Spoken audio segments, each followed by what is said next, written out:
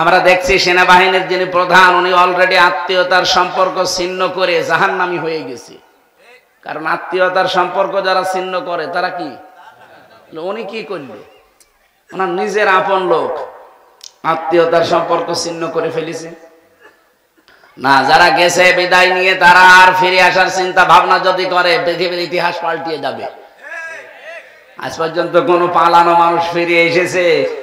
সুতরাং এদেরকে যারা পুনর্বাসন করার জন্য বিভিন্ন রকমের চিন্তা ভাবনায় আছেন, আপনার চিন্তা থেকে সরে আসেন। এদেশের মানুষ কিন্তু আগস্টের 5 তারিখের আগে নেই, এটা পাল্টিয়ে গেছে। হ্যাঁ, কথা বলেন না কেন? যে যেখান থেকে এটা চেষ্টা চালাবেন ব্যর্থ হবেন, সে সেনাবাহিনী হোক আর অন্য বাহিনী হোক, যেখানে যারা আছেন। এটা মিডিয়া আবার কাটছাট করে উল্টো পাল্টা বোঝাবে, কারণ এদের কাজই তো এরকম উলট পালট। আমরা হাদিস পড়েছিলাম যে লা ইয়াদখুলুল জান্নাতা কাতিউন, যারা আত্মীয়তার সম্পর্ক ছিন্ন করে তারা কি জান্নাতে যাবে না, তারা জাহান্নামী। তো ওনার আত্মীয় ছিল, উনি সম্পর্কটা যদি ঠিক রাখতে পারে না। এখন শুনছি গোপনে আবার বিভিন্ন কায়দায় সম্পর্ক ঠিক রাখার চেষ্টা চালাচ্ছে। কিন্তু বাংলাদেশের মানুষ এখন সেই জায়গায় আছে, এ দেশের মানুষ আর মানবে না। আপনি দরকার হয় নতুন আত্মীয় করেন, ওই আত্মীয় ভুলে যান, ওটা আত্মীয় না। হযরতে নূহ আলাইহিস সালাম তার সন্তানের পরিচয় দিতে চাচ্ছিলেন, আল্লাহ বললেন না, সন্তান না, ওইটা আপনার। ওটা আপনার আহাল পরিবারের লোকেরা যারা আল্লাহ রসুলকে মানে না, মানবতার জন্য যারা হুমকি, ওরা আপনার আত্মীয়ই না।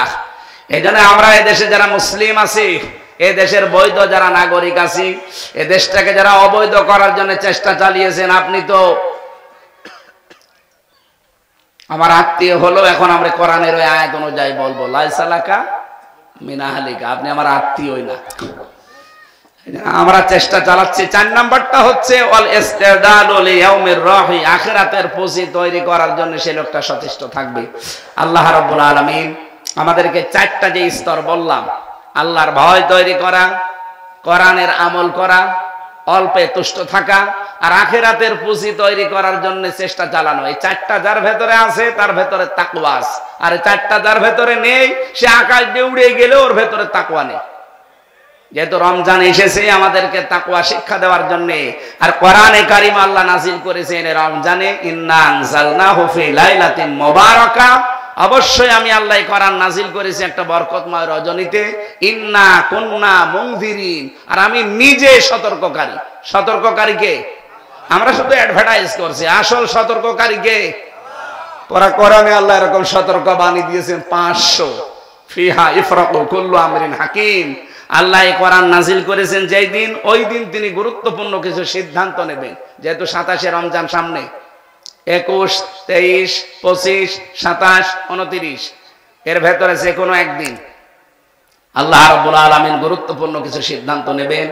আমরা দোয়া করছি মুসাফির অবস্থায়, রোজাদার অবস্থায়, আল্লাহ যেন আমাদের এই দেশটা যত ষড়যন্ত্র হচ্ছে সব কিছুকে নস্যাৎ করে এমন কিছু গুরুত্বপূর্ণ সিদ্ধান্ত আমাদের ব্যাপারে নেন, আমরা যেন সামনে কোরআন সংসদে চলছে এটা দেখে মরতে পারি। তো গলা শুকিয়ে শেষে বলবো পানি দিন, পানি দিন। এই জন্য বেশি কথা বলা ঠিক না। রোজার মাসে ক্লাসের মতো সর্বোচ্চ 40-45 মিনিটে শেষ করা দরকার। 1 ঘন্টা আমাদের হয়ে গেছে, আমরা আর বাড়াতে চাই না। শুধু 4টা বিষয় খুব তাড়াতাড়ি ব্যাখ্যা ছাড়া বলি, আপনি মনে করে রাখবেন, লিখে রাখবেন। 1 নম্বরে আল খাউফু মিনাল জালিল, আল্লাহর ভয় তৈরি করা। আল্লাহকে যেমন না দেখে আপনি ভয় করছেন, বিশ্বাস করছেন, না দেখে ভয়ও করা লাগবে। 2 নম্বরে আল আমালু বিত-তানজিল, আল্লাহর কোরআন অনুযায়ী আপনার আমল হওয়া লাগবে, কাজ হওয়া লাগবে। আমাদের কাজ আমল হয় কিন্তু কোরআনের বাইরে। এই জন্য কাজ কারবার যদি কোরআন কেন্দ্রিক হয়, কোরআনের সাথে সম্পৃক্ত হয়, তখন আপনি বুঝবেন যে আপনার ভেতরে তাকওয়া আছে। নামাজ এটা কোরআনের আমল না? রোজা কোরআনের আমল না? কথা বলেন না কেন? হজ করা কোরআনের আমল না? কয়বার করে আছে কোরআনে? নামাজের কথা খুব বেশি হলো আপনি 82 বার পাবেন। রোজা রাখা লাগবে কথাটা সর্বোচ্চ আপনি 1 জায়গায় পাবেন। হজ করা লাগবে কথাটা জীবনে কোরআনে 1 জায়গায় পাবেন। জাকাত দেওয়া লাগবে কথাটা আপনি 82 জায়গায় পাবেন, কিন্তু এদেশে ইসলাম প্রতিষ্ঠিত করা লাগবে, দিন কায়েম করা লাগবে, এই কথাটা আছে 918 জায়গায়। কোরআনের আমল এইগুলো। আপনি নামাজটা মেনে নিলেন, রোজাটা মেনে নিলেন, হজটা মেনে নিলেন, যাকাতটা মেনে নিলেন, 56,000 বর্গ মাইলে যে কোরআনে কারিম প্রতিষ্ঠিত করা লাগবে এটা আপনি মানেন না। আর কেউ মানতে বললে আপনি বলেন এটা ধর্ম ব্যবসা। এক কথা বলে দেখা, তাহলে এইটা যদি ধর্ম ব্যবসা হয়, নামাজও কি ওইটা ধর্ম ব্যবসা? 9টা এর ভেতরে আছে, আর 918 জায়গায় আছে এইটা যে আকিমুদ্দিন, দিন কায়েম করো, ডাইরেক্ট হোক ইনডাইরেক্ট হোক। হয়তো এক জায়গায় আপনি আকিমুদ্দিন পাবেন, অন্য জায়গায় পাবেন আলালাহুল খালক ওয়াল আমরু, আর এক জায়গায় পাবেন ইনিল হুকমু ইল্লা লিল্লাহ, এরকম বিধানগুলো আছে। তাহলে সবগুলোর সামারাইজ করলে আমি 918 জায়গায় পুরা কোরআনে পেয়েছি। ওইগুলোর কথা বললেই মানুষের কাছে আমরা কালার হয়ে যাই, বলে হুজুর বেশি বুঝে। অথচ নামাজের কথা সুর দিয়ে বলি, মানুষ কান্নাকাটি করবে আর বলবে খুব ভালো মানুষ। ওই ভালো মানুষটা যখন বলে যে আকিমুদ্দিন, এটা কায়েম করা লাগবে, কারণ খৌফ, ভয়, তাকওয়া যদি কেউ তৈরি করতে চায় কোরআনের বাইরে আমল করলে তার তাকওয়া তৈরি হবে না। আমরা আপনাকে আহ্বান জানাবো, আজকে শফিউদ্দিন নাকি নাম যেন দেখলাম, এই শফিউদ্দিন সাহেব দিন কায়েমের আন্দোলনে যুক্ত হয়েছে। উনি বুঝে শুনে যুক্ত হয়েছেন, আন্দাজে যুক্ত হয়নি। উনি মনে করে নামাজ যেমন ফরজ, রোজা যেমন ফরজ, দিন কায়েম করা ঠিক ওইরকম ফরজ। এ কারণে এত রিস্কের ভেতরে এই কাজগুলো তারা আঞ্জাম দিয়ে যায়। কিন্তু বাকি যে মানুষগুলো আমরা দেখি, কেন এই কাজকে আপনি ফরজ মনে করেন না? খালি নামাজ ফরজ, রোজা ফরজ, এটা ফরজ না? এটা আজ বাংলাদেশের 18-20 কোটি মানুষ যদি আমরা শফিউদ্দিনের মতো মনে করতাম না এটাও ফরজ, এই বাংলাদেশে দিন কায়েম হতে দেরি হয়। কিন্তু আমরা এই তাকওয়ার এই পর্যায়ে যেতে পারিনি। সে হুজুর বলেন আর খেজুর বলেন। 3 নম্বরে আল কিনায়াতু বিল কলিল, অল্পে তুষ্ট থাকা। অল্পে তুষ্ট থাকতে পারি না আমরা, এই কারণে দেশটা আরো বসে যায়। এখন এত ঋণ এই দেশে, একটা মানুষ জন্ম নিলে 1,10,000 টাকা তার মাথার উপরে ঋণ। অল্পে তুষ্ট থাকলে এই কাজ হতো না। টাকাগুলো সব আপনি পাচার করে করে বাইরে বেগম পাড়া, সাহেব পাড়া বানিয়েছে। থাকতে তো পারেন না। মালয়েশিয়া দেখেছি, হোটেলে ওঠার পরে নিচতলায় নেমে কি এখানে বসে কি করেন? হুজুর আমরা আগে পালিয়েছি। সাহেব পাড়া বানিয়েছেন, ওখানে থাকবেন না? ওখানে থেকে মায়ের খাবো। বাংলার জনগণ এখানে আছে, পিটিয়ে হাত বানিয়ে ফেলবে। কি করলেন আপনি? সাহেব পাড়া বানালে থাকতেও পারেন না। টাকাগুলো যদি এই দেশে কর্মসংস্থান তৈরি করতেন, মানবতার কাজে লাগাতেন, দিনের কাজে লাগাতেন, এই দেশে 36 লাখ যুবক, এই যে স্যার জানে, এই যুবকগুলো বাইরের দেশে যে রাস্তা ঝাড়ু দেয়, পায়খানা সাফ করে, রুটি বানায়, কাপড় সেলাই করে, এগুলো করা লাগতো না। এই দেশে তারা সম্মানজনক রিজিক কামাই করতে পারতো। এই কথা বলে দেখেন। এটার জন্য যারা দায়ী তাদেরকে ক্ষমা করা যায় কোন লাইনে? এই জন্যই তো বাংলার জনগণ চাচ্ছে না যে তারা আবার স্বাভাবিক আসুক। আসলে ওরা আর আবার অস্বাভাবিক করে ফেলবে। সুতরাং যেখানে আছে সেখানে থাক। দরকার দাদারে মুসলমানি দিয়ে বিয়ে দিয়ে দিন। বুড়ো বয়সে মুসলমানি দেওয়া একটা সমস্যা আছে।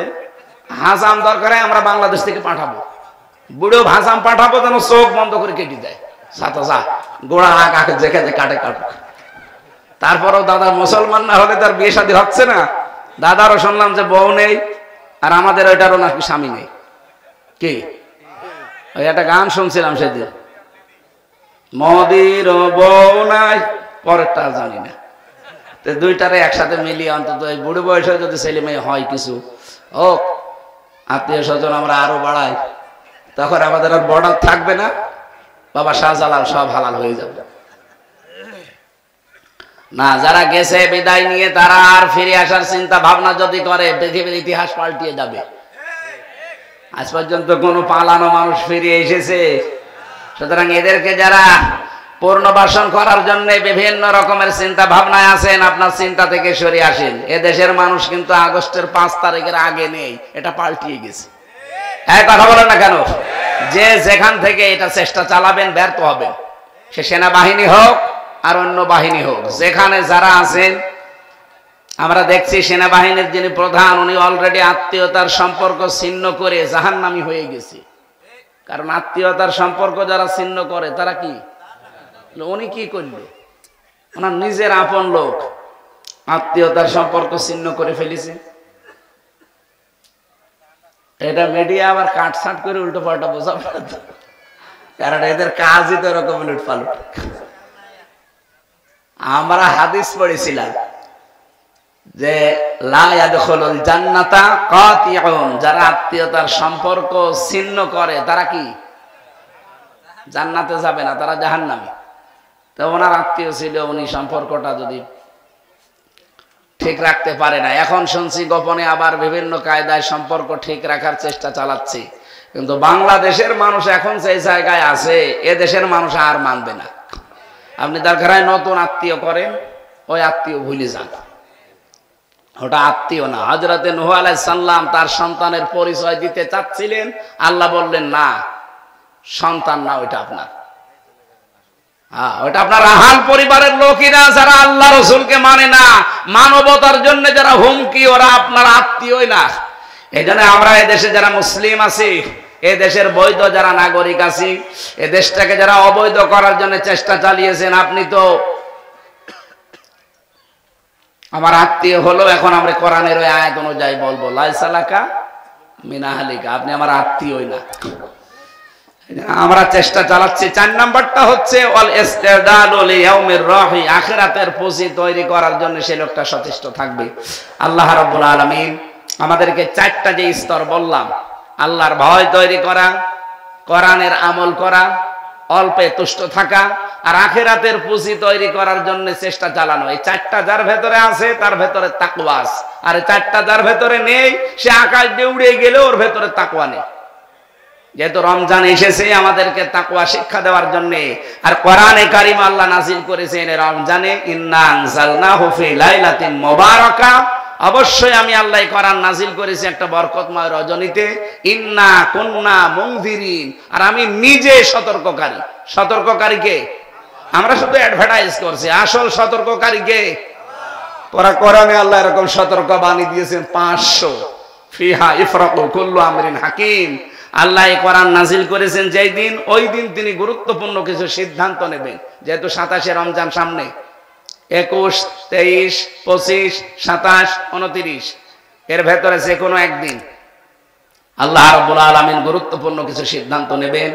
আমরা দোয়া করছি মুসাফির অবস্থায়, রোজাদার অবস্থায়, আল্লাহ যেন আমাদের এই দেশটা যত ষড়যন্ত্র হচ্ছে সব কিছুকে নস্যাৎ করে এমন কিছু গুরুত্বপূর্ণ সিদ্ধান্ত আমাদের ব্যাপারে নেন, আমরা যেন সামনে কোরআন সংসদে চলছে এটা দেখে মরতে পারি।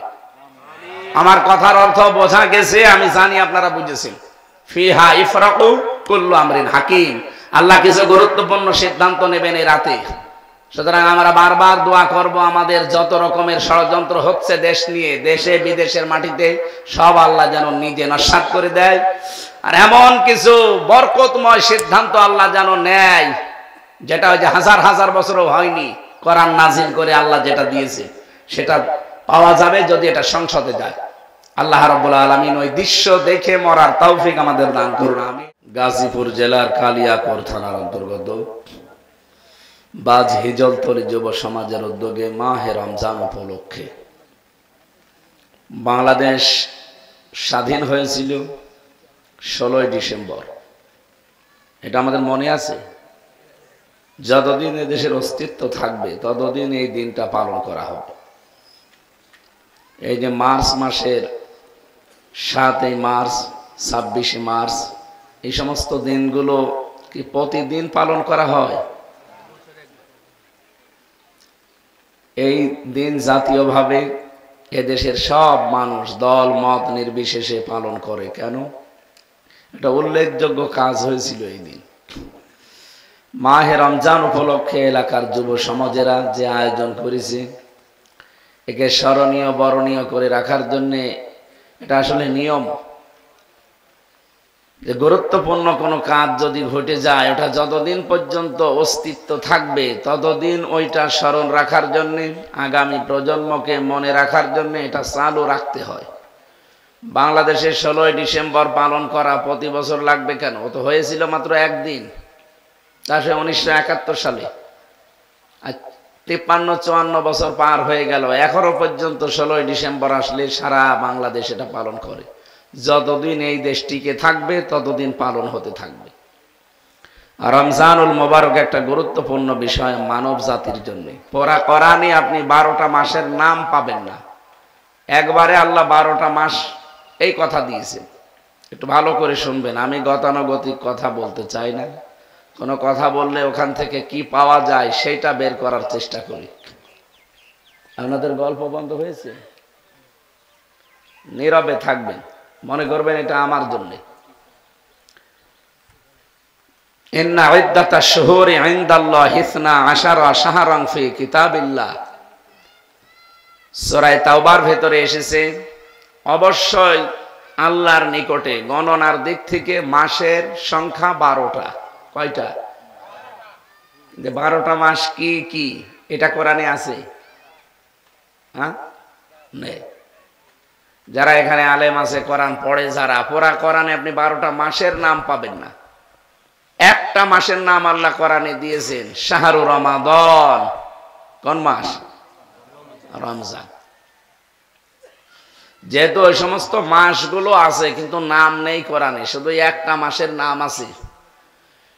এই জন্য 4টা বিষয় আমরা দেখি পরস্পর একটার সাথে আর একটা রিলেটেড, জড়িত, অঙ্গাঙ্গি ভাবে জড়িত। একটা হচ্ছে রমজান, 2 নম্বরে কোরআন, 3 নম্বরে সিয়াম, 4 নম্বরে তাকওয়া। আপনি একেবারে ধারাবাহিক ভাবে মিলাবেন, একটার ছাড়া আর একটা কোনো মর্যাদাই নেই।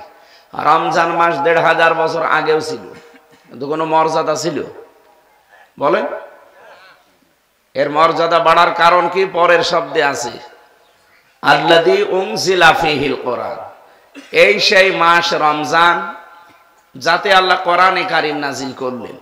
তাহলে রমজানের মর্যাদা, মূল্যের কথা আমরা যা শুনছি বা শুনবো, এর একটাই কারণ, এ মাসে আল্লাহ কোরআন দিয়েছেন। কোরআন যদি মুহররম মাসে, সফর মাসে, রজব মাসে, শাবান মাসে দিতেন, তাদের দামও বেড়ে যেত। রমজানের দাম বাড়ার পেছনে কারণ কি বলেন তো? আরো জোরে বলেন। কোরআন। এই মাসটাকে স্মরণীয় বরণীয় করে রাখার জন্যে মাহে রমজান উপলক্ষে এলাকার যুবকেরা যে আয়োজন করেছি, প্রতি বছরে এরকম প্রত্যেক দিন যেন কোরআন কেন্দ্রিক কিছু থাকে। যেহেতু রমজানের দাম বেড়েছেই কোরআনের কারণে, সেটা যদি না থাকে তো রমজানের মূল্য মর্যাদা আপনি বুঝবেন কি করে? আজকের মাহফিলের সম্মানিত সভাপতি জনাব মোহাম্মদ হেলাল উদ্দিন, প্রধান অতিথি জনাব মুজিবুর রহমান, বিশেষ অতিথি জনাব মোহাম্মদ শফি উদ্দিন, জনাব মোফাজ্জল হোসেন। এখানে সম্মানিত অতিথি আপনাদের এলাকার কৃতি সন্তান, সাবেক সচিব, শ্রদ্ধাভাজন ব্যক্তিত্ব জনাব শাহ আলম বকশী, আতালাল্লাহু উমরাহু ওয়া বারাকাল্লাহু ফি হায়াতি। বলেন আমিন। আমার পরে যিনি কথা বলবেন, বাংলাদেশের প্রথিতযশা আলেমে দ্বীন, ইসলামিক চিন্তাবিদ মাওলানা আব্দুল্লাহ আল আমিন। এরপরে মনে হয় কথা বলার আর কেউ নেই। বাকি যারা নাম দেখছি এনারা কথা বলেছেন, মাওলানা জামাল উদ্দিন, মুফতি আব্দুর রউফ, মাওলানা হোসাইন মাহফুজ, মাওলানা নাসির আহমেদ, অন্যান্য সম্মানিত ব্যক্তিবর্গ, সামনে বসা মুসলমান ভাইরা, পর্দার আড়ালের সম্মানিতা মা এবং বোনেরা, এগুলো বন্ধ করতে বলেন। বসো বসো বসো, বসে পড়ো। আপনাদের কাজ আছে, এখানে দাঁড়িয়ে কি করেন? বসে পড়ে, কাউকে এখানে দাঁড়িয়ে থাকা লাগবে না, বসেন।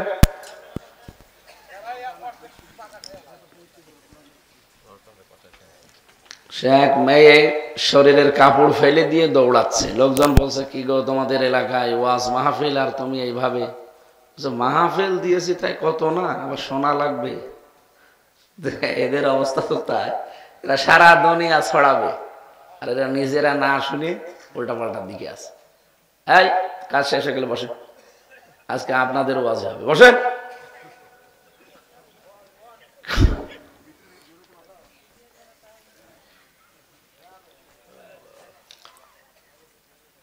সবাইকে নিয়ে আমরা রমজানুল মোবারকে একটা কথা বললে যেহেতু ৭০টা কথা বলার সওয়াব হয়, এই জন্য বলেন আলহামদুলিল্লাহ। আর একবার বলেন আলহামদুলিল্লাহ। দরুদ আর সালাম পাঠ করার মাধ্যমে আমরা আলোচনায় প্রবেশ করছি। রমজানুল মোবারকে যে 4টা বিষয় বললাম, এই 4টা বিষয়কে সামনে নিয়ে আমরা কথা বলবো ইনশাআল্লাহ। 1 নম্বরে রমজান। নবীজি বলেন যখনই মাসটা আসে সঙ্গে সঙ্গে আল্লাহ জান্নাতের যত দরজা আছে দরজাগুলো খোলায় থাকে। এগুলো জান্নাতের দরজা আমরা জানি অনেকে যে জান্নাতের দরজা রমজানের প্রথম দিন আল্লাহ খুলে দেয়, না, রমজানে দরজাগুলো সব খোলা থাকে, আরো বিউটিফাই করা হয় পুরোটা। জান্নাতের দরজা কোনো দিনের জন্য বন্ধ হয় না, আর বন্ধ হবেও না। হ্যাঁ, জাহান্নামের দরজা বন্ধ থাকে। জাহান্নামের দরজা বন্ধ থাকে, এটা আরো মজবুত করে বন্ধ করা হয়। প্রশ্ন আসতে পারে, এতদিন শুনতাম যে জাহান্নামের দরজা সব বন্ধ হয়ে যায়, জান্নাতের দরজা খুলে যায়।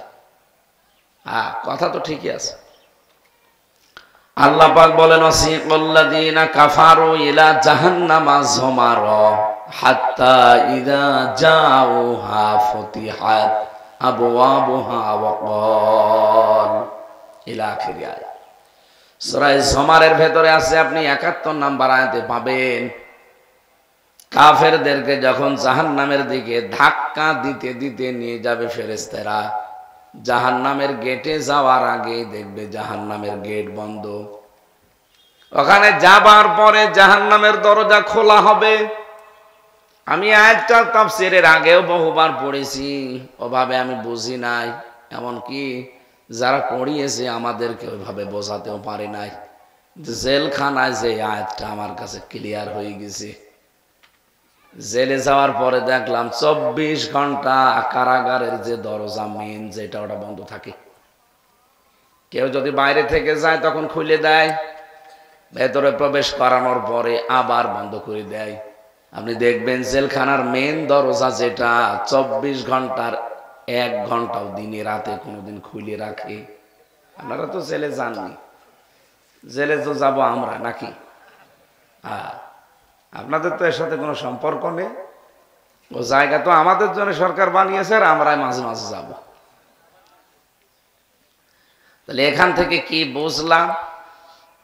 জেলখানা 24 ঘন্টা বন্ধ থাকে, কারণ এর ভেতর যারা আছে এরা কিছু কিছু এমন ভয়ঙ্কর অপরাধী। এই যে সুইডেন আসলাম ভাই ছিলেন ভেতরে 27 বছর। নাম শুনে আমার মনে হয় যে বাচ্চা ছেলে ফেলে পানি খাবে। সুইডেন আসলাম, আসলাম তো সুন্দর নাম, সুইডেন কেন? নামের ভেতরে একটা পরিচয় পাওয়া যাচ্ছে না? আমার উপর তলায় একজন ছিল ডেঞ্জার রাসু। এটা টাঙ্গাইল না? গাজীপুর। গাজীপুরের একজন ছিল ভয়ঙ্কর তাজ। সব এখন বের হয়ে গেছে, কেউ 15 বছর, কেউ 22 বছর, কেউ 27 বছর জেল খাটতেছে। আর মনে হয় একজন আছে মুকিম গাজী, 45 বছর। ওনার একদিন বললাম যে ভাই আপনি কত বছর জেল পেয়েছেন? বলছে 260 বছর। 260 বছর আপনার জেল, আপনি বের হবে? হ্যাঁ হুজুর, দোয়া করে। আমি দোয়া করে দেব 260 বছর আপনার জীবনে পার হয়ে চলে যাবে। আপনি 45 বছর জেলে আছেন। তাদের চেহারা মানে দেখলে আপনি যদি প্রথম দেখেন অবশ্যই আপনার ভয় লাগবে, পানি খেতে মনে চাবে। তো এই মানুষগুলো ভেতরে আছে, এরকম ভয়ঙ্কর মানুষ যারা সুইডেনে যে মার্ডার করে এখানে আসে, এখানে মার্ডার করে সুইডেনে যায়। এই মানুষগুলো এখন তারা আহ্বান জানিয়েছে সরকারকে যে আমরা আর এই রাস্তায় থাকবো না, পরিবর্তন হতে চায়। দয়া করে সরকার যাক, সবকিছু মাফ করে দিয়ে তাদেরকে বের করে দিয়েছে। আল্লাহ রাব্বুল আলামিন এই বান্দাগুলোকে যেন হযরত ওমরের মতো বানিয়ে দেয়। তা আমি কথা বলছিলাম এই যে রমজানুল মোবারকে জাহান্নামের দরজাগুলো সব আরো গল্লিকাতিল আবওয়াব বন্ধ করে রাখা হয়। যা আছে বন্ধ 24 ঘন্টা বন্ধ থাকে, আরো মজবুত করা হয়। এখানে জেলখানা আমি দেখলাম 24 ঘন্টায় তালা লাগানো, কেউ গেলে খুলে দেয়, ভেতরে প্রবেশ করে আবার তালা লাগায়, একটা সেকেন্ডের জন্য খুলে রাখে না। আপনি যাবেন সঙ্গে সঙ্গে তালা লাগিয়ে দেন। এর পরের আয়াতে আমি পেয়েছি রব্বুল আলামিন জানিয়েছেন আসিকাল্লাযীনা তাকাউ রাব্বাহুম ইলাল জান্নাতি যুমারা হাত্তা ইযা জাউহা ওয়া ফুতিহাত আবওয়াবুহা ওয়া ক্বাল, আল্লাহকে ভয় করে যারা জীবন চালায় এই মানুষগুলোকে ফেরেশতারা ধাক্কা দেবে জান্নাতে নেওয়ার জন্যে, কিন্তু জান্নাতে যাওয়ার আগেই তাদের জন্য দরজাগুলো সব খোলা থাকবে। এই যে মাঝখানে ওয়া আছে, এর আগের আয়াতে কিন্তু ওয়া নেই। এই ওয়ার তাফসীর আমি 19টা পড়েছি, এর ভেতরে একটা হচ্ছে জাহান্নামে যারা যাবে ওখানে যাবার পরে দেখবে দরজা বন্ধ, যিনি মালিক আছে দারোয়ান, নাম তার মালিক, ওনাকে বলার সঙ্গে সঙ্গে খুলে দেবে, ভেতরে দিয়ে আপনাকে তালা লাগিয়ে দেবে। জান্নাতের দরজা ওই রকম না, 24 ঘন্টা এটা উন্মুক্ত থাকে, খোলা থাকে। রমজানুল মোবারক আসলে জান্নাতকে আরো বিউটিফাই করা হয়, সাজানো হয়। জাহান্নামের যত দরজা আছে সব বন্ধ, এমনকি মজবুত করে দেওয়া হয়। নবীজি বলেন জান্নাতের যে ভোর পরেগুলো আছে এরা গান বলতে আরম্ভ করে এ আনন্দে। 1 বছর পরে 26শে মার্চ আসলে আমরা যেমন আনন্দে আত্মহারা হয়ে যায়, 16ই ডিসেম্বর আসলে বিজয় দিবস পালন করার জন্য আনন্দে আত্মহারা হয়ে যায়। 16ই ডিসেম্বরে আর কি হয়েছে, একটা দেশ স্বাধীন হয়েছে একটা দেশ থেকে, এতটুকু। রব্বুল আলামিন বলেন রমজানুল মোবারকে যে রাতে কোরআন নাজিল হয়েছে এই পৃথিবীর মানুষের জন্য এত বেশি উপকার হয়েছে, শুধু একদিন না, হাজার হাজার বছরেও মানুষের এই পৃথিবীতে এত উপকার হয়নি। এই জন্য আমরা রমজানুল মোবারক আসলে সূরা কদরটা তেলাওয়াত শুনি বেশি। ইন্না আনজালনাহু ফি লাইলাতিল কদরি ওয়া মা আদরাকা মা লাইলাতুল কদর। অবশ্যই আমি কোরআনে কারীম লাইলাতুল কদর নাযিল করেছি মহিমান্বিত রজনীতে। এই যে আজকে শুরু হয়ে গেছে, এখান থেকে যে বেজোড় 10 দিন আছে, যে কোনো একদিনেই হতে পারে। যদিও 27শে রমজান আমরা অনেকে মনে করি না, যে কোনো একদিন হতে পারে। আল্লাহ পাক বলেন নবী আপনি কি জানেন এই কদরটা কি? আপনাকে যে বললাম লাইলাতুল কদর, আপনি জানেন এটা কি? লাইলাতুল কদরি খায়রুম মিন আলফি শাহর। এটা আলফন ওয়াহিদুন আল্লাহ দেননি। যারা আরবি গ্রামার জানে, আলফন ওয়াহিদুন মানে 1000 বছর, আর আলফন শাহরুন মানে নির্ধারিত না, দুইটাই নাকেরা, অনির্দিষ্ট। এটা 1000 বছর না, আমরা 84 বছর 4 মাস মনে করি না, 83 বছর 4 মাস না, 1000 বছর না, কত বছর কেউ জানে না। আল্লাহ যেহেতু নির্ধারিত করেন না, এজন্য আমাদের নির্ধারিত করা ঠিক না। এটা হাজার হাজার বছর। এই পৃথিবীর মানুষের হাজার হাজার বছরও যে উপকার আল্লাহ করেননি, এই একদিনে কোরআনে কারীম নাজিল করে তার চাইতে বেশি উপকার করেছেন। এর নাম লাইলাতুল কদর। কি উপকার করলেন? কোরআনে কারীম নাজিল হওয়ার আগে শ্রমিক তার মর্যাদা মূল্য ফিরে পায়নি, পেতও না। মেয়েরা তাদের সম্মান মর্যাদা পায়নি, পেতও না। মেয়েলোক হলে তাদেরকে জীবিত কবর দিয়ে দিত।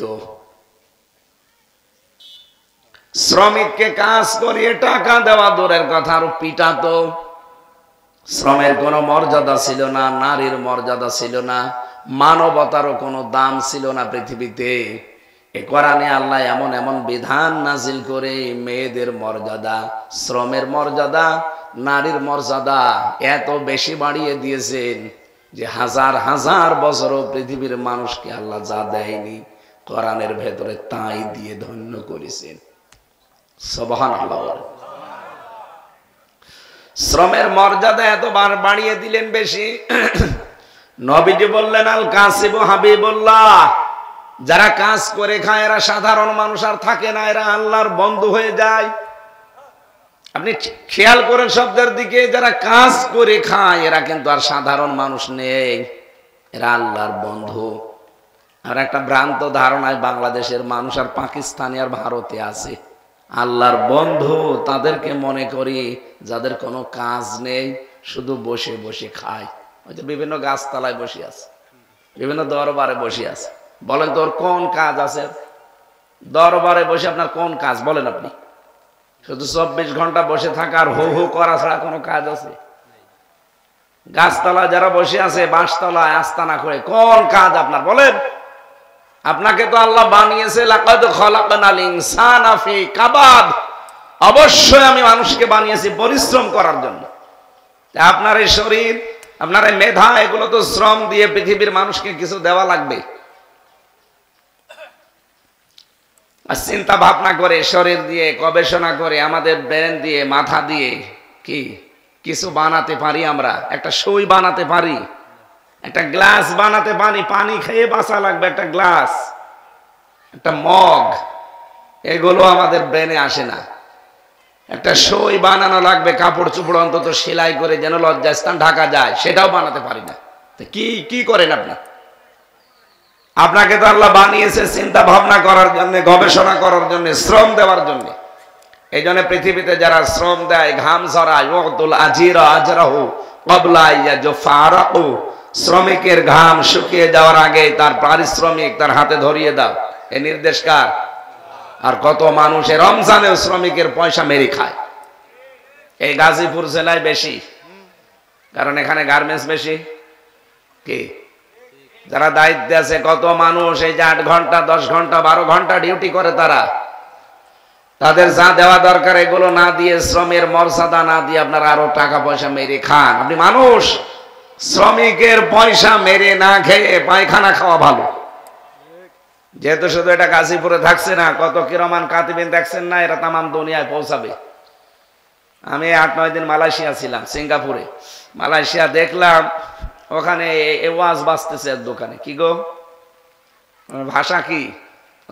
আমি বাড়ি যশোরে, একজন বলছে আমার বাড়ি পাকিস্তান, একজন বলে আমার বাড়ি থাইল্যান্ড। এখানে কি ওয়াজ বুঝতেছে? হুজুর সব বুঝে ফেলিস। এতদিন শুনতে শুনতে আপনার ভাষা সব আমাদের বোঝা হয়ে গেছে। আসলেও তো শ্রমিকের মর্যাদা নেই, শ্রমের মর্যাদা আমাদেরকে দেওয়া হয় না। আমরা এই দেশ থেকে, বাংলাদেশ, পাকিস্তান থেকে আর ভারত থেকে আসে ওরা।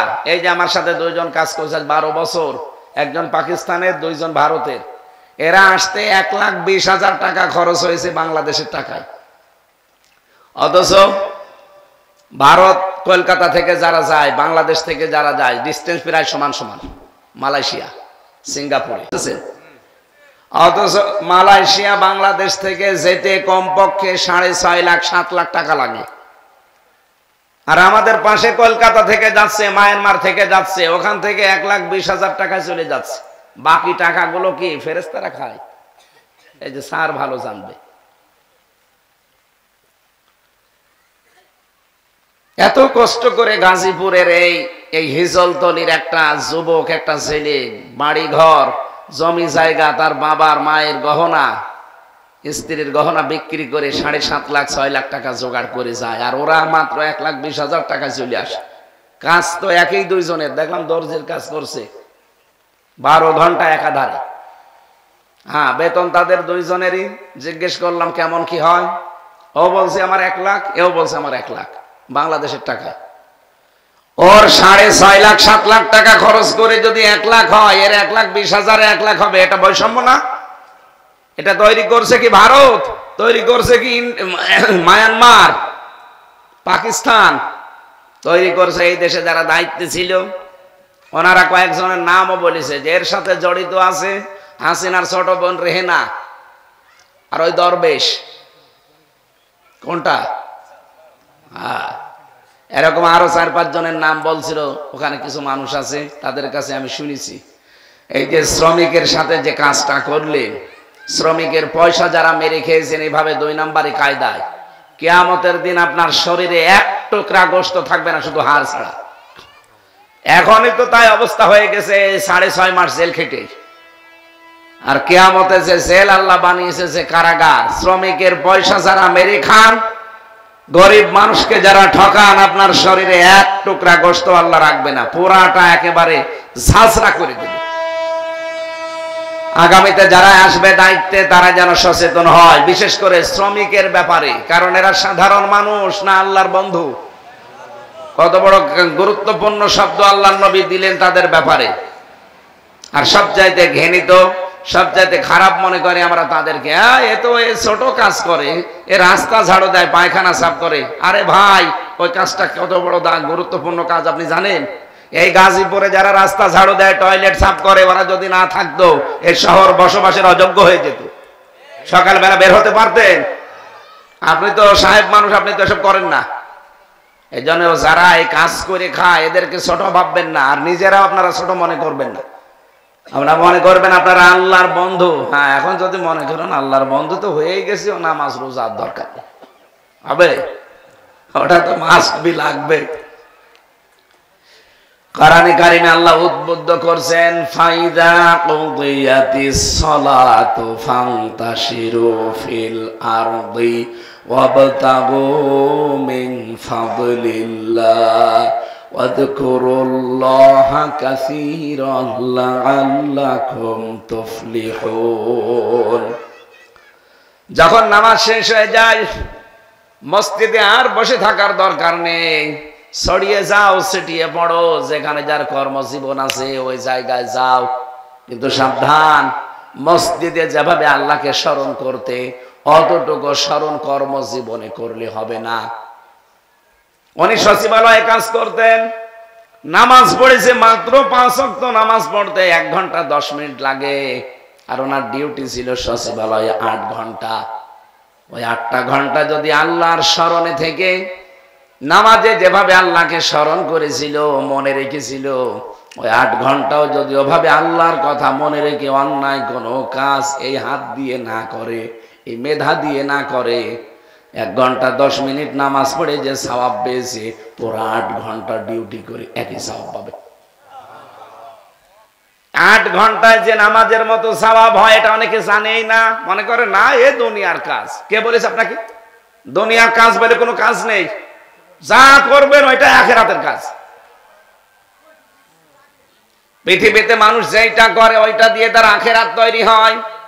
দুনিয়ার কাজ বলে কিচ্ছু নেই, যা করবেন ওটা কিসের কাজ? আরো জোরে বলেন।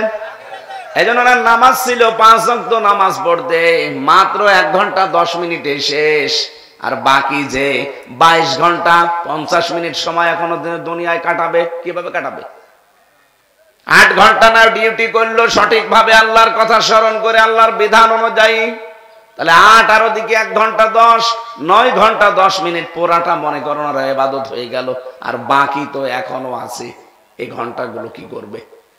উনি তো 6 ঘন্টা বা 8 ঘন্টা ঘুমাবে। ঘুমানোর সময় যদি বলে বিসমি আল্লাহুম্মা বিসমিকা আমুতু ওয়া আহইয়া আস্তাগফিরুল্লাহ আল্লাযী লা ইলাহা ইল্লা হুয়াল হাইয়্যুল কাইয়্যুম ওয়া আতুবু ইলাইহি, এতটুকু পড়ে যদি ঘুমিয়ে যেতে পারে 8 ঘন্টা উনি নামাজের মতো সওয়াব পাবে। উনি কি আছে বলেন তো? ঘুমিয়ে আছে। বলেন বলেন। উনি যে 8 ঘন্টা ঘুমিয়ে নামাজে দাঁড়িয়ে যে সওয়াব পেত, ওই সওয়াব পাবে, এটা এতদিন জানতেন? এমনকি ওনার স্ত্রীকে যদি শাসন করে যে তুমি আমার বাড়িতে থাকতে হলে ফরজ নামাজ পড়ো না, যদি শাসায়, এমনকি যদি মারধরও করে নামাজের জন্যে, ওই মারধর করাটাও ইবাদত হিসাবে আল্লাহ লিখে নেবে। 4টা কারণে স্ত্রীকে মারা যায়, শাসন করা যায়, কিন্তু 4 জায়গায় মারা যায় না, মাথায়, মুখে, বুকে আর পিঠে। এই 4 জায়গা বাদ দিয়ে বাকি জায়গায় আপনি তাকে 4টা কারণে মারতে পারবেন, যদি ফরজ নামাজ না পড়ে, ফরজ রোজা না রাখে, সঙ্গত কারণে। যদি ফরজ পর্দা যেটা আছে এটা না করে, 4 নাম্বার স্বামীর জায়েজ হুকুম যেটা, এটা যদি না মানে, এই 4টা যদি না মানতে চায়, তাহলে তাকে শাসনের জন্য মারা যায়। মাজা থেকে শুরু করে পা পর্যন্ত লাঠি হবে, কোদালের আছাড়ি, কি 1 বিঘত পরিমাণে একটা লাঠি, তাও নিজের হাত দিয়ে ধরা লাগবে, পিলাস দিয়ে ধরা যাবে না। একদিন আমারে বলছে, হুজুর লাঠি 1 হাত হোক, 1 বিঘত হোক, আমি পিলাস দিয়ে ধরে বড় করে মারব। নাই তো এক বিগত লাঠি ও যদি নিজের হাত দিয়ে ধরে মারা যায়, ও ছাতা কি লাগবে? ও তো মারলে হবে না, গুঁতো দেওয়া লাগবে। না, স্ত্রীর গায়ে হাত তোলা এটা ইতর মানুষের কাজ। আমি যে পয়েন্টে কথা বলছিলাম, আপনি নামাজ শেষ হয়ে গেলে মসজিদে আর থাকতে পারেন না, অথচ নামাজের আগে আল্লাহ ওয়াজকুরুল্লাহ শব্দটা দেননি। পুরা কোরআনে দেখবেন নেই। কিন্তু যেখানে কাজের কথা, কর্মজীবনের কথা, প্র্যাকটিক্যাল লাইফের কথা সঙ্গে সঙ্গে আল্লাহ দিয়েছেন ওয়াজকুরুল্লাহ। তার মানে নামাজের চাইতে বেশি স্মরণ করা লাগবে কর্মজীবনে। এইটা আজ মুসলমানদের ভেতরে নেই, এ কারণে আমরা উঠে দাঁড়াতে পারি না। অন্যান্য জাতিগুলো আমি দেখে আসলাম, তারা আল্লাহকে বিশ্বাস করে না, কোরআন বিশ্বাস করে না, কিন্তু তাদের কর্মজীবনে এই মানুষগুলো দায়িত্বশীল, এজন্য তারা দাঁড়িয়ে যাচ্ছে। মালয়েশিয়ার মতো দেশ, এত বড় বিশাল দেশ, বাংলাদেশের মতো প্রায় 5টা জোড়া দিলে যত বড় হবে এত বড়, মানুষ মাত্র 3 কোটি, তাও বাংলাদেশ থেকে 20 লাখ, ইন্ডিয়া থেকে এরকম আরো 30 লাখ, থাইল্যান্ড থেকে এসেছে, পাকিস্তান থেকে গেছে আরো 20 লাখ, এরকম সব মিলে 1 কোটি, আর ওরা খুব বেশি হলেও 2 কোটি। এই হচ্ছে তাদের রাষ্ট্র, মাত্র 3 কোটি মানুষ নিয়ে এরকম 5টা বিশাল দেশ, তারা আজ উন্নত। আর আমাদের 20 কোটির উপরে মানুষ, আমরা তাদের যদি 3 কোটি মানুষের 6 কোটি হাত হয়, আমাদের 20 কোটি মানুষের 40 কোটি হাত। কথা বলেন, এই হাতগুলো আমরা যদি আজ কাজে লাগাতে পারতাম, এই মানুষকে যদি মানুষ সম্পদে পরিণত করতে পারতাম, এই দেশটা দাঁড়িয়ে যেত। মালয়েশিয়া 2004 সালের পর থেকে দাঁড়িয়েছে, আমরা তার আগে দাঁড়িয়ে যেতে পারতাম। কিন্তু খালি চুরি চুরি আর চুরি, সব জায়গায় চুরি, কর্মজীবনে চুরি, টাকা পয়সায় চুরি, পাচারে চুরি, সব চুরিতে আছে। আর এই চুরির আইনটা কোরআন দিয়ে পাশ করতে দিতে চায় না তারা, যারা সব চাইতে বড় বড় চোর। কারণ তারা জানে যে চুরির আইন যদি সে 1971 সালে 72 সালে যখন সংবিধান হয়েছিল, ওই সময় যদি চুরির আইনটা ওই জায়গায় লেখা থাকতো কোরআন দিয়ে যে হাত কেটে দাও, তাহলে এদেশের বহু মানুষের হাত গলায় ঝুলতো। এই জন্য ওরা কোরআনের এই আইনকে বর্বর আইন বলতো। একজন মারা গেছে, আমি নাম নিলাম না, উনি বলতো কোরআনের এই আইনটা সূরা মায়েদার এই 37 নম্বর আয়াত, 38 নম্বর আয়াত, আস-সারিকু ওয়াস-সারিকাতু ফাকতাউ আইদিয়াহুমা, চোর চুরি করলে নারী হোক পুরুষ হোক, সাক্ষ্য প্রমাণে যদি ধরা হয় তার হাত কেটে দাও। এই নির্দেশ কার? উনি বলতো এটা বর্বর আইন, কারণ সে জানে যে আমার কালো বিড়াল বের হয়ে গেছে, যদি এটা প্রমাণ হয় তাহলে আমার কি কাটা যাবে। এই জন্য হাত কাটার আইনকে সে বর্বর আইন বলতো। বাংলাদেশে এখন অনেক জাহেল, অনেক অজ্ঞ মানুষ দায়িত্বে আছে, তারা দেখতে পাচ্ছে। আজকে একজন বলেছে যে নামাজ রোজার মতোই এই সে সামনে পয়লা বৈশাখ আসতেছে, নামাজ রোজার মতোই পয়লা বৈশাখ আমাদের সংস্কৃতি। এ কথা কেউ বললে তার ঈমান থাকার কথা? কোথায় নামাজ রোজা আর কোথায় পয়লা বৈশাখ? আরে পয়লা বৈশাখের যে কালচার পালন করা হয় এদেশে, এগুলো তো হিন্দুদের। আপনি তো পালন করবেন পয়লা মুহররম ইমাম হোসাইনের মতো, যে অন্যায় দেখলে জীবন দিয়ে হলেও প্রতিবাদ করা লাগবে, এর নাম। আর ওরা পয়লা বৈশাখে বাদর সাজে, আল্লাহকে দেখাতে চায় যে মানুষ বানিয়েছে, আমার ভালো লাগে না, আমি বাদর হলে ভালো লাগতো। আল্লাহর সৃষ্টি যারা বিকৃত করে, আল্লাহ সবচাইতে বেশি রাগ হয় তাদের প্রতি। আল্লাহ আমাদের জাতিকে যেন হেফাজত করে, আর এ কথা যিনি বলেছেন তিনি যেন তাওবা করেন। অথবা 16 কোটি 18 কোটি 20 কোটি মানুষ কিন্তু একবারে আবার ওই জালেমদের মতো খেপে গেলে আপনারও গদিতে থাকতে পারবেন না। এদেশের মানুষের আর কিছু না থাক, অন্তত এতটুকু ঈমান আছে যে আল্লাহ রসুলের উপরে কোনো আঘাত আসলে এরা আর তখন দল বেদল দেখে না। কি কথা বলেন না কেন? এটাই যদি আর না থাকে তখন আর অস্তিত্ব থাকবে না। এই জন্য এই কথা যিনি বলেছেন, বুঝে বলেছেন কি না বুঝে বলেছেন আমরা জানি না, আপনার তওবা করে নেবেন, নয়তো আপনার ঈমানের সমস্যা দেখা দেবে। আমরা কর্মজীবনের কথা দিয়ে শুরু করেছিলাম, নামাজের চাইতে এখানে জানলাম কর্মজীবনের দাম কত বেশি। আমরা এই জন্য মসজিদে প্রবেশ করলে দেখবেন দুনিয়ার সব মানুষ একটা দোয়া পড়ে, আল্লাহুম্মা ইফতাহলি বা মাফতাহলি আবওয়াবা রহমাতিকে, হে আল্লাহ তোমার রহমতের একটা না আবওয়াব বহু বচন, বাবের যত দরজা আছে সব খুলে দাও। তাহলে রহমত পাওয়ার জায়গা কোনটা? মসজিদ। বলেন না কেন রহমত পাওয়ার জায়গা? রহমত পাওয়া শেষ, এবার আপনি আর মসজিদে বসে থাকতে পারবেন এ কথা আল্লাহ কোরআনে দেয়নি। ফান্তাশিরু ফিল আরদ, ছড়িয়ে যাও জমিনে। ছড়িয়ে যাওয়ার সময় কি বলবা? এইজন্য মসজিদ থেকে বের হওয়ার সময় কি বলা লাগে? আল্লাহুম্মা ইন্নী আসআলুকা মিন ফাদলিকা। এই যে কোরআনের আয়াতে ছিল আবতাগু মিন ফাদলিল্লাহ, আল্লাহর রিজিক, আল্লাহর অনুগ্রহ তোমরা তালাশ করো, অনুসন্ধান করো, খোঁজ করো।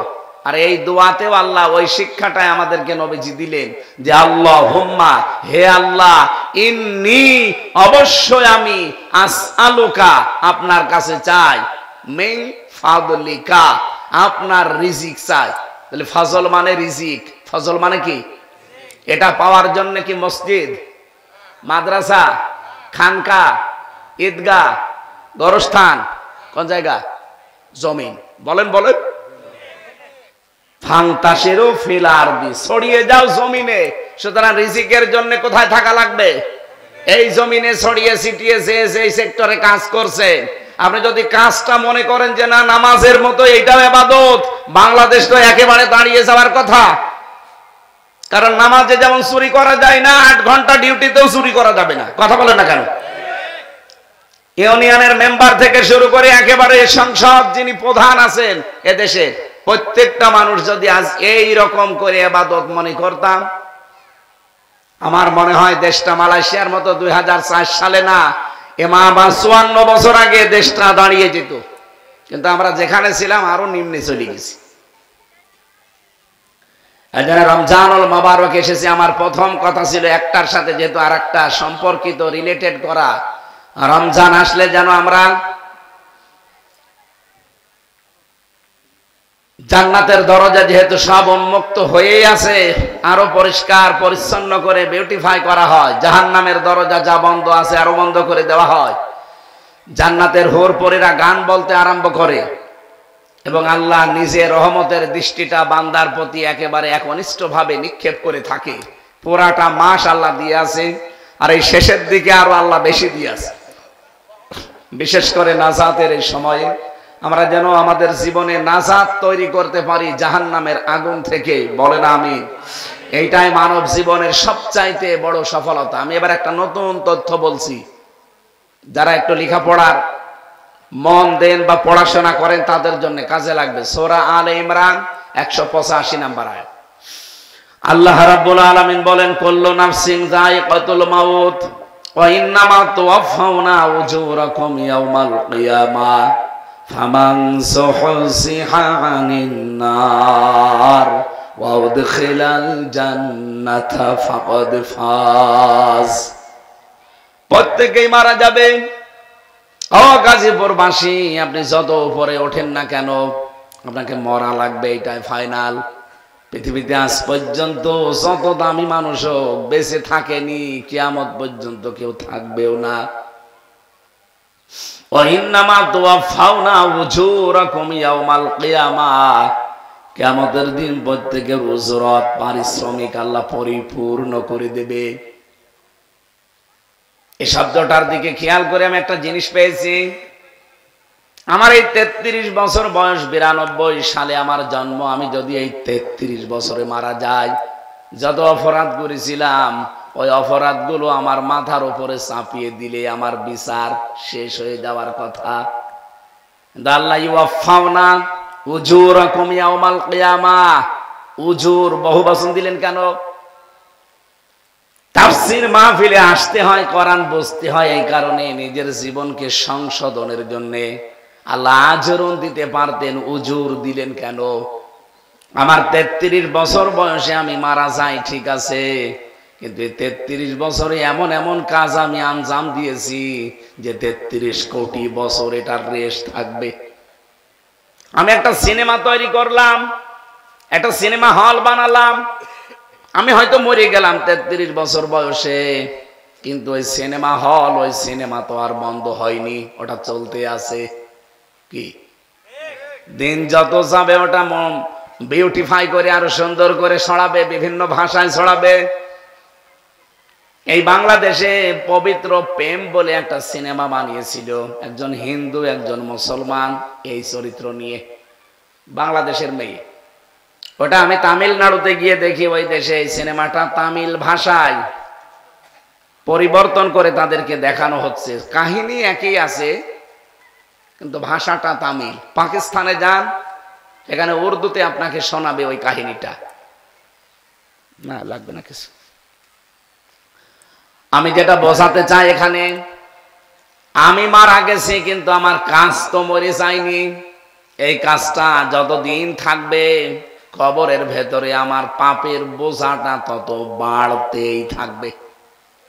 কথা বোঝানো যায়নি। قد خسر الذين كذبوا بلقاء الله সূরা আনামের 30 নম্বর আয়াতে আল্লাহ জানিয়েছেন অবশ্যই ক্ষতিগ্রস্ত হয়ে গেছে ওই মানুষগুলো, ক্ষতিগ্রস্ত হবে না হয়ে গেছে। কারা? যারা আল্লাহর সাক্ষাৎ এটা অবিশ্বাস করে, মিথ্যা মনে করে যে আল্লাহর সাথে সাক্ষাৎ হবে, দাঁড়ানো লাগবে, জীবনের পুরাটার হিসাব দিয়ে আল্লাহ পরিপূর্ণ উজরত দেবে, এটা যারা বিশ্বাস করে না, আল্লাহ বলেন তারা ক্ষতিগ্রস্ত হয়ে গেছে। হাত্তা ইযা জাআতুহুমুস সাআতু বাগতাতান, হঠাৎ করে যখন তাদের সামনে সাত চলে আসে। এখানে সাতের অর্থ দুইটা, একটা মৃত্যু আর একটা কিয়ামত। হঠাৎ করে মরণ যখন চলে আসে, ক্বালু ইয়া হাসরাতানা, ওই মানুষগুলো পেছনের দিকে তাকিয়ে আফসোস করে যে কি পাঠালাম আমি, আমার এই জীবনে আমি কি পাঠিয়েছি। আলামা ফাররাতনা ফিহা, আমার জীবনে আমি যা কামাই করেছি এর জন্য আমার এখন আফসোস হয়। ওয়াহুম ইয়াহমিলুনা আওজারহুম আলা যুহুরিহিম, এই যে ঝাড় এক বচন, আওজার বহু বচন। ঝাড় মানে বোঝা, আওজার মানে বোঝা সমূহ। আল্লাহ বলেন ওয়া মানে এবং হম মানে তারা, ইয়াহমিলুন হামালা, ইয়াহমিলু মানে বহন করা। এটা মজারে, বর্তমান ভবিষ্যৎ, প্রেজেন্ট ফিউচার। এই মানুষগুলো যেন বহন করছে, করবে তাদের পাপের বোঝাগুলো পিঠের উপরে। গাজীপুরবাসী আপনি মনে করবেন আমার নিজের জন্য এইটা, আমি যদি এখন মারা যাই, আমার এই 33 বছর জীবনের যত গুনাহ এগুলো একটা বোঝা আকারে চাপিয়ে দিলে তো হয়ে যেত। আল্লাহ কেন আউজার দিলেন কেন? আমি যে বললাম এমন এমন কাজ, আমি সাদগায়ে জারিয়া সারা জীবন শুনি যে মাদ্রাসা মসজিদ মানবতার কল্যাণে কোনো কাজ করলে ওটা সাদগায়ে জারিয়া হয়, যতদিন টিকে থাকবে সওয়াব পেতে থাকবেন। এদের পরিবর্তে গুনাহে জারিয়া আছে অনেকে আমরা জানি না। সাদগায়ে জারিয়া যেমন আছে, আপনার জীবনে গুনাহে জারিয়াও আছে। মারা যাওয়ার সঙ্গে সঙ্গে ওই কাজটা দুনিয়ায় এখনো রেশ কাটে না, চলতে থাকে। আমি এমন একটা দল তৈরি করে গেলাম, আমি হয়তো মরে গেছি কিন্তু দলের লোক তো মরে যায়নি, ওরা সাদাবাজি করছে। এরকম দল তো বাংলাদেশে নেই। আমি মরে গেলাম, আমার দলের লোক এখনো মানুষ কোপানো বন্ধ করেনি। আপনি দেখেছেন আগস্টের 5 তারিখের আগ পর্যন্ত কিভাবে মানুষকে কুপিয়েছে। আমি একটা ভিডিও দেখছিলাম, একটা ছেলেকে তরবারি বের করে এক কোপ দিল হাতের উপরে। আপনি দেখেন ভিডিওটা? অবশ্যই ছেলেটা কোনো না কোনো দলের ছেলে, না তো কোপ দেবে কেন? আমি নাম নিলাম না, অবশ্যই কোন দলের ছেলে। নাম নিতে অসুবিধা কি? ছাত্রলীগের অথবা যুবলীগের। বলেন তো, যারা এই ছাত্রলীগ যুবলীগ প্রতিষ্ঠিত করেছিল তারা তো মরে গেছে, কিন্তু এই মানুষগুলো তো এখনো মারা যায়নি। এদের দ্বারা যত মানবতার ক্ষতি হবে, মানবতা বিপদে পড়বে, আল্লাহর কসম কবরে বসে বসে গুনাহে জারিয়া পেতে থাকবে। এই জন্য আপনার বোঝা এখন আর আউঝার ঝাড় নেই, আউঝার হয়ে গেছে। একটার পর একটা বোঝা বাড়তেই থাকবে, বাড়তেই থাকবে। এখন কিয়ামত হতে এখনো কত কোটি বছর বাকি। বলেন তো এত বছর কবরে আপনি পড়ে আছেন, কিন্তু আপনার পাপের বোঝা কমতেছে না বাড়তেছে? 2-5টা হবে না কোটি কোটি বোঝা হবে? বলেন। আন্দাজে একটা দলের উপরে আমরা চাপিয়ে দেই যারা রক কাটে, অথচ আজ পর্যন্ত এই 54 বছরে আমরা প্রমাণ দিতে পারলাম না যে তারা রক কেটেছে। কিন্তু যারা রক কাটে, মানুষের ঠ্যাং পর্যন্ত কেটে নেয়, রক না হাত কেটে নেয়, তাদের নামে কোনো বদনাম নেই। এখন কিছু কিছু বদনাম বের হচ্ছে। জাহাঙ্গীরনগর বিশ্ববিদ্যালয়ে মানিক নামে যে ছেলেটা 100টা মেয়েকে ধর্ষণ করার পরে মিষ্টি বিলোতন করছিল যে আমি সেঞ্চুরি করেছি। তো উনি যেই দলের লোক, ওই দলটা যিনি প্রতিষ্ঠিত করেছিল সে তো মারা গেছে, কিন্তু ওই দলের এই ছাত্র তারা তো মারা যায়নি, তারা কাজ চালিয়ে যাচ্ছে। বাবা শাহজালাল সব হালাল। 100টা মেয়েকে ধর্ষণ করে যদি আপনি চিন্তা করতে পারেন, মিষ্টি বিলোতন করছে যে আমি সাকসেস, আমি আজকে সেঞ্চুরি করেছি। উনি তো মরে গেল, কিন্তু এই কাজগুলো যতদিন এই দুনিয়া জীবিত থাকবে, যত মানুষ ধর্ষণের শিকার হবে, যে কয়েকদিন আগে আসিয়া, এইটাও গোনাও তার আমলনামায় যাবে। কারণ তারা ধর্ষণ করে আনন্দ করে, উল্লাস করে। যত মানুষ এই ধর্ষণের শিকার হবে, সব গোনাগুলো যিনি দল কায়েম করেছিল তার আমলনামায় যে পাপের বোঝা বাড়তেই থাকবে। আমরা শুধু জানি আদম নবীর সন্তান হাবিল আর কাবিল, ওনারা একজন আর একজনকে পৃথিবীতে মেরে ফেলেছিল। এই জন্য কিয়ামত পর্যন্ত যত অবৈধ হত্যা হবে তার 1% কাবিলের আমলনামায় যাবে। হ্যাঁ যাবে। কেন? কারণ প্রথম তিনি মানুষ মেরেছিলেন। এইটা যদি আপনি সহজে বুঝে ফেলেন যে কিয়ামত পর্যন্ত কাবিল, এই লোকটা একটা মানুষকে মাত্র হত্যা করেছিল দুনিয়ায়, কিন্তু যত মানুষ কিয়ামত পর্যন্ত হত্যা হবে অবৈধভাবে, 2024 সালের 5 আগস্টের আগ পর্যন্ত 2732 জন মানুষ মারা গেছে সরকারি হিসাবে। কেউ না কেউ মেরে ফেলেছে, কি নাকি এমনি মরে গেছে? যেই মারুক না কেন তারা ওই কাবিলের মতো পার্সেন্টেজ পেতে থাকবে। কাবিলের বোঝা যদি কোটি কোটি হয়, আপনার বোঝা কয়টা হবে আপনি নিজে বলেন? এই জন্য আল্লাহ কিয়ামত বানিয়েছেন। উজু রকম দেওয়ার পরেই দেখবেন ইলা ইয়াউমিল কিয়ামা, আল্লাহ পাক বলেন আমি এটা দুনিয়ায় দেব না, এটা দেওয়ার একটা জায়গা বানিয়েছি, তার নাম কিয়ামত। কারণ তোমাকে আমি একটা জীবন দিলাম, তুমি একজন মানুষকে মেরে ফেললে, তোমাকে মেরে ফেললে তো শেষ, কিন্তু না, তুমি যদি একা 1000 মানুষ হত্যা করার কারণ হয়ে দাঁড়াও, তোমার ইশারায় যদি 1000 মানুষ মারা যায়, তো তোমাকে একবার মেরে ফেললে তো হবে না, তোমাকে মারা লাগবে 1000 বার। তো দুনিয়া এরকম জায়গা আছে? বলেন বলেন।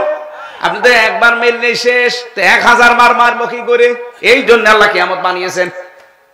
ফামান কি ওয়াইন্নামা তুওয়াফাউনা উজুরাকুম ইয়াউমাল কিয়ামাহ, কিয়ামতের ময়দানে তোর পারিশ্রমিক, তোর উজুরত আমাকে পরিপূর্ণ করে আমি দিয়ে দেব। যা তুই যা যা করেছিলি, তুই যদি একটা কারণ হয়ে থাকিস 20,000 মানুষ হত্যা করার, তোকে আমি 20,000 বার কিয়ামতে মারবো।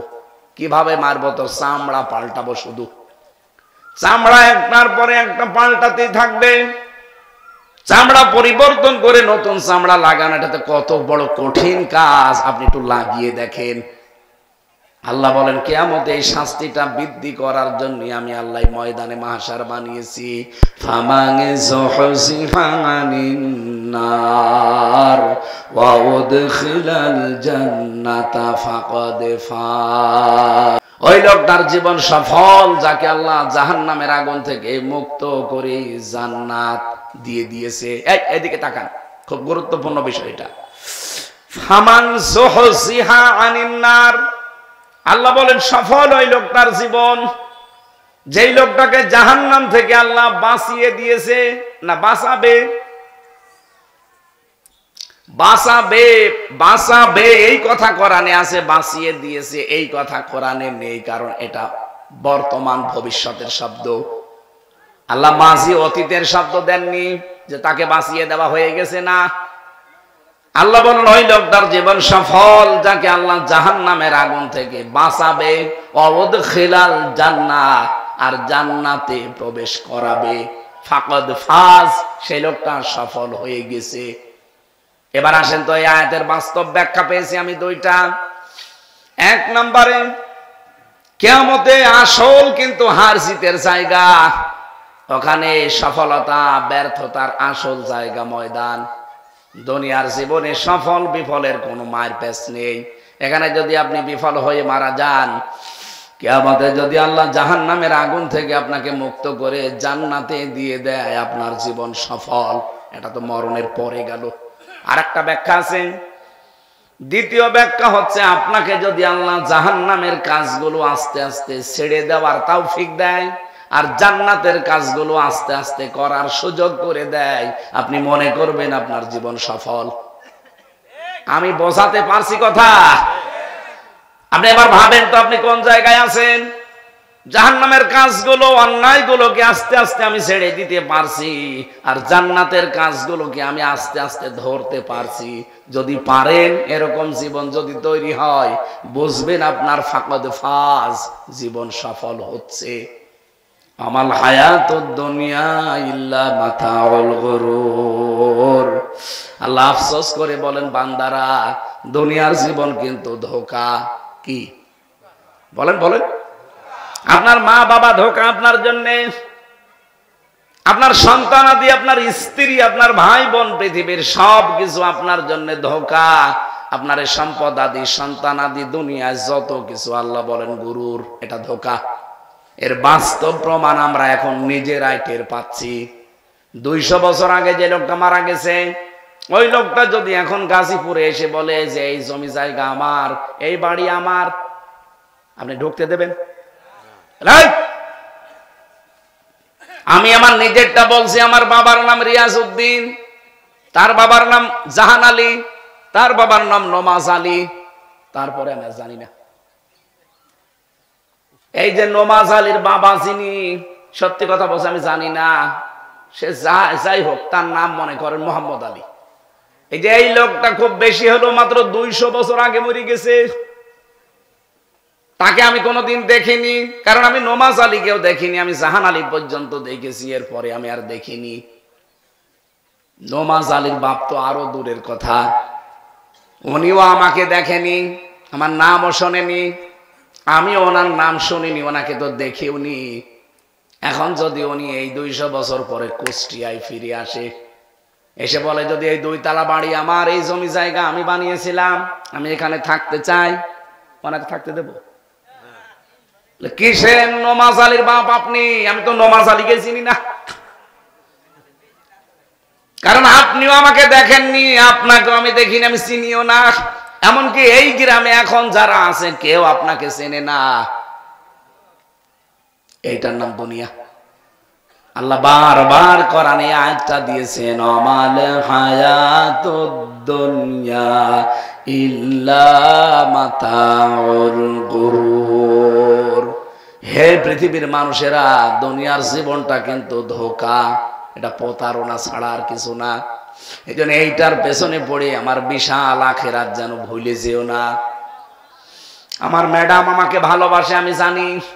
কত মানুষ আছি আমরা এই পৃথিবীতে, রমজানুল মোবারক চলে যাচ্ছে, নিজের আখিরাতের পুঁজি তৈরি না করে স্ত্রীর মুখে হাসি ফোটানোর জন্য, তাকে সুখে রাখার জন্য, শান্তি দেওয়ার জন্য বৈধ অবৈধ নেই, বাম হাত ডান হাতের কামার একসাথে করে।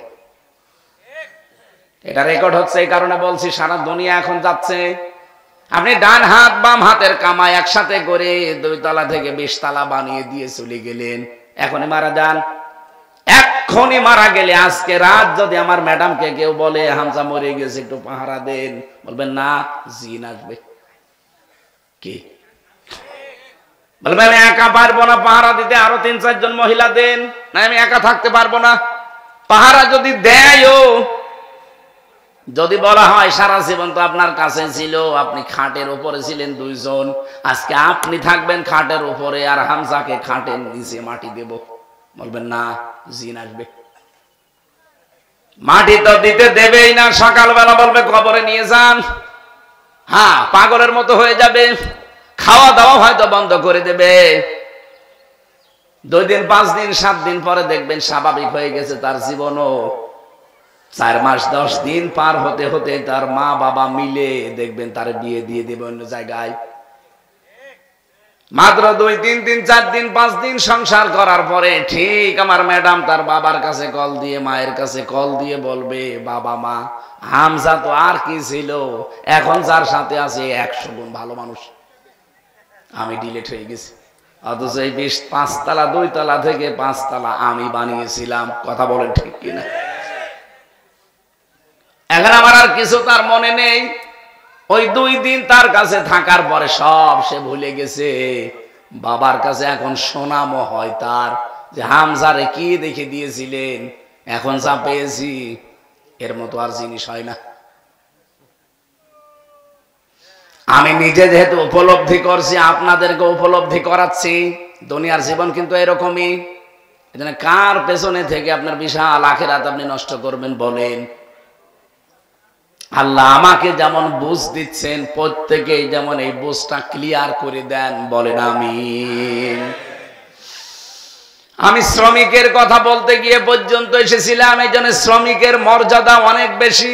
যারা কাজ করে খান, বাড়িতে হোক জমিনে হোক, যে যেখানে আমরা কাজে আছি, আমরা নিজেকে যেন ছোট মনে না করি, মনেই করবেন যে আমি কাজে না, আমি ইবাদতে আছি। প্রত্যেকটা মানুষ যদি বাংলাদেশে আমরা এটা মনে করতাম, রমজান মাস প্রতি বছর বছর আসা লাগতো না, একবারে রমজান সফল হয়ে যেত। 2 নম্বরে রমজানের দাম বেড়েছিল যেহেতু কোরআনের কারণে, এর সাথে সম্পৃক্ততা বাড়াবেন।